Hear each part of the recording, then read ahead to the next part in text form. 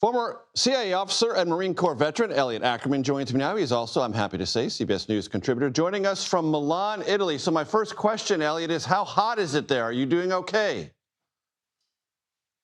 It is hot, Major. It feels probably a little bit like Iran in the summertime. So very, very hot here. All right.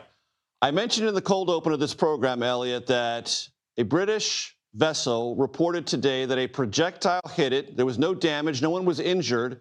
But that certainly, of course, rattles people about what is or isn't going to happen in the Strait of Hormuz in the future.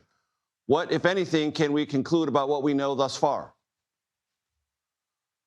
I think what we've seen is that since the opening of this war in February, is that the Iranians have very effectively weaponized the Strait of Hormuz. So whether it's just firing a single missile all the way up to shutting down the strait entirely, they have discovered a new point of leverage that they can use against the international community and the United States, and they've been using it to great effect up to and including the incident you described today.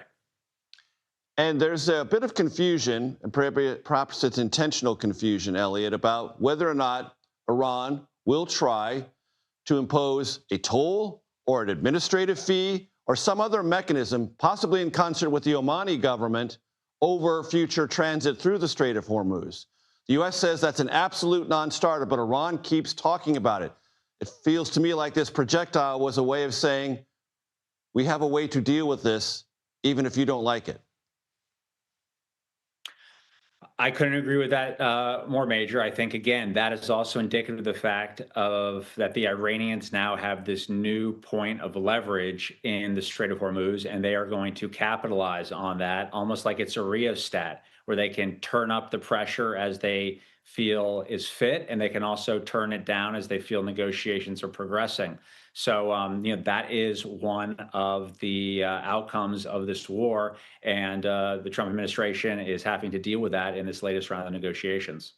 A quick reminder to our audience, Elliot, if it's just one vessel, it's not just one vessel. It sends reverberations through anyone who may send a vessel in to get new cargo or one still waiting to get out.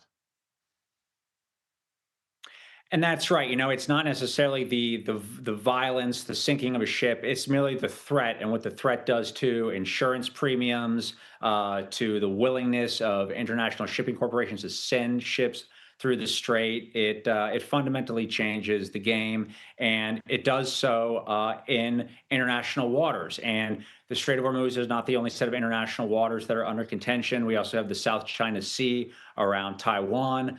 So, I would tell people, be watching the news around international waters and what ships can do, because I think this is going to be an area where we see a lot of debate in the next couple of years. Elliot, always great stuff. Please stay cool. And I know this goes without saying, you're going to enjoy Milan. Everyone does. I will.